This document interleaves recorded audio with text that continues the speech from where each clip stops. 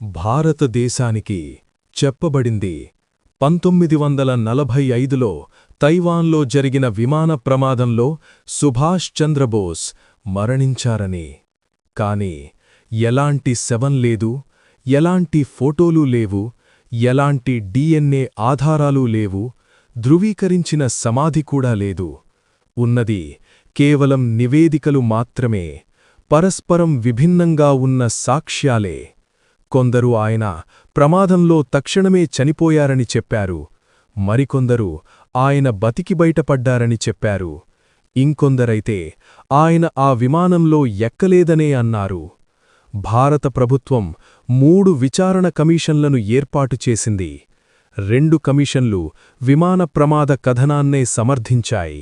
కాని మూడవది, ముఖర్జీ కమిషన్ మాత్రం స్పష్టంగా చెప్పింది, నేతాజీ విమాన ప్రమాదంలో మరణించలేదని, జపాన్లో ఉన్న భస్మం కూడా ఆయనది కాదని.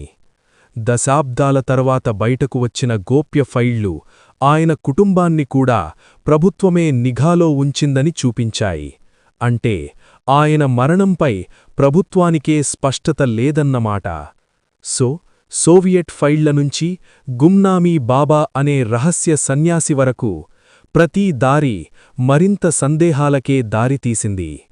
నేతాజీ భారతదేశానికి అన్నీ ఇచ్చాడు, కాని నేటికి ఆయన కథ నిజంగా ఎలా ముగిసిందో భారతదేశానికి తెలియకపోవచ్చు.